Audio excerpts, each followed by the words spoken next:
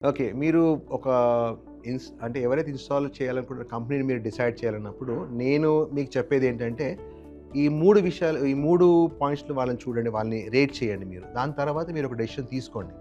ఎందుకంటే మొదటిగా ఏంటంటే వాళ్ళకి సోలార్ పట్ల ఉన్న అవగాహన, వాళ్ళకున్న నాలెడ్జ్.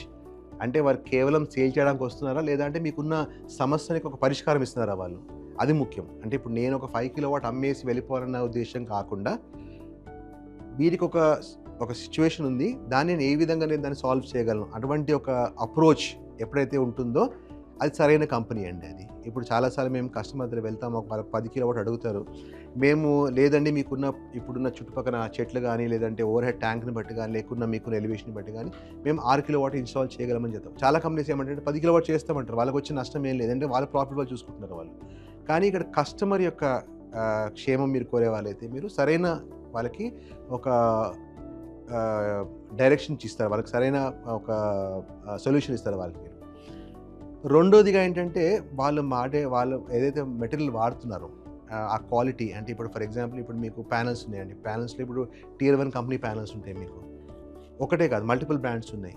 దాంట్లో ఎటువంటి బ్రాండ్ వీళ్ళు వాడుతున్నారు వీళ్ళు. ఎందుకంటే మీకు తెలుస్తుంది ఒక బ్రాండ్‌ని బట్టి ఇది ఏ బ్రాండ్ మంచి బ్రాండా కాదా అని చెప్పేసి. వీళ్ళు ఎటువంటి క్వాలిటీ వాడుతున్నారు వీళ్ళు. ఒక 2, 3 మీరు ఎస్టిమేట్స్ మీరు చూస్తే మీకు అర్థమవుతుంది వీళ్ళేమిస్తున్నారు కంపేర్ చేయండి.